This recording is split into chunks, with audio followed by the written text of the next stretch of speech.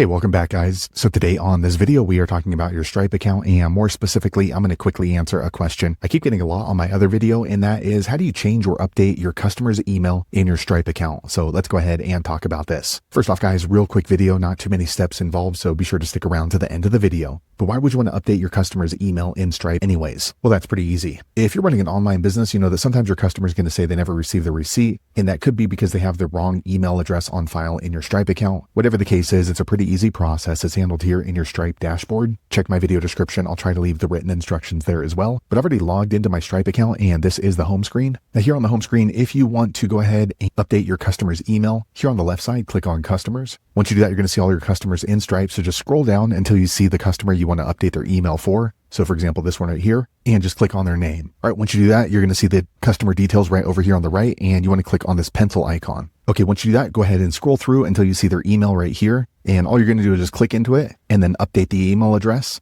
Once you've done that, be sure to click on update customer here on the bottom right. So there you have it, guys. If you're wondering how to update your customer's email in your Stripe account, that's the easiest way I know how to do it. If you know an easier way, be sure to leave a comment below. Let the rest of us know how you did it. Hopefully you found that video useful. If so, click thumbs up or maybe consider subscribing to my channel, and I hope to see you on the next video. Thanks again for watching.